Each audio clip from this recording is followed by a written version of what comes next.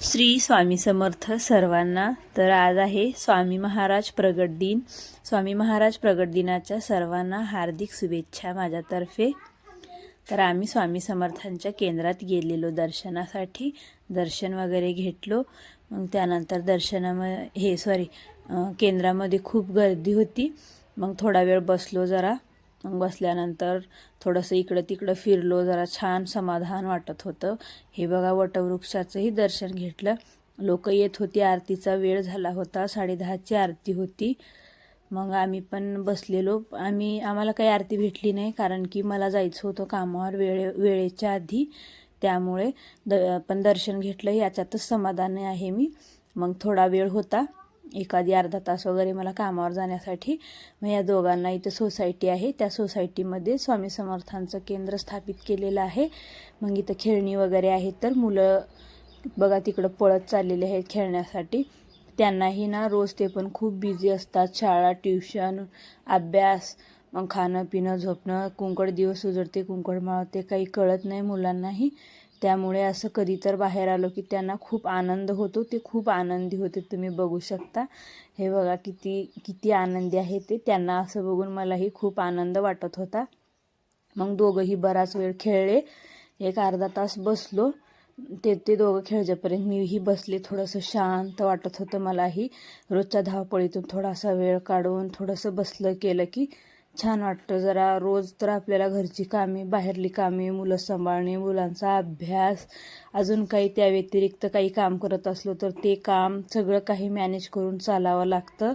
म्हणून ना आपण पण खूप बिझी असतो रोज, पण असं काहीतरी असलं की आपल्यालाही काहीतरी निमित्त भेटतं आणि आपण असं तर बाहेर जात नाही। पण ना असं काहीतरी सणवार काहीतरी असलं की मग आपण बाहेर जातो, तेव्हाच आपल्याला वेळ काढून हे सगळं असं मनाला शांती वाटण्यासारखं असं बसावं लागतं, असं फिरावं लागतं। तर आता बघा, मी शांत इथं वाळूवरती बसलेली आहे, मुलं खेळत आहेत, मला एकदम छान प्रसन्न वाटत आहे। हेच तुम्हाला मी आता बोलत आहे ना, ते सांगत होती स्वामी समर्थांच्या ह्याच्याबद्दल। तर ते खूप तिथं आवाज येत होता, म्हणून ते आवाज मी म्यूट केलेला आहे। तर ना मी त्यामुळं आता वॉइसओव्हर देत आहे।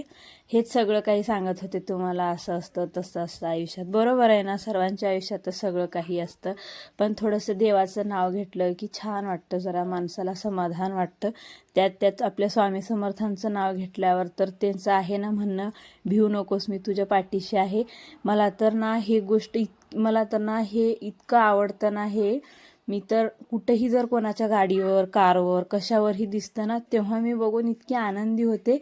मला खरंच आयुष्यामध्ये ना खूप संकटे आलीत, खूप संकटं गेलीत, पण ना मी जेव्हापासून स्वामी समर्थांची भक्ती करत आहे ना, तेव्हापासून मला कोण्याही गोष्टीची भीती किंवा असं काहीही वाटत नाही। मला खूप असं भारी वाटतं। पहिलं मला स्वामी समर्थांबद्दल माहिती नव्हतं। मी गेलेली पण आहे स्वामी समर्थांना एक वेळेस, गेल्या महिन्यात फेब्रुवारीमध्ये। तर ना मी दर्शनासाठी गेलेली, त्याआधी मी लहान होते तेव्हा आमच्या शाळेतली सहल वगैरे जात होती, तेव्हा गेलेली, पण मला तेवढं काही तेव्हा अनुभव नव्हता।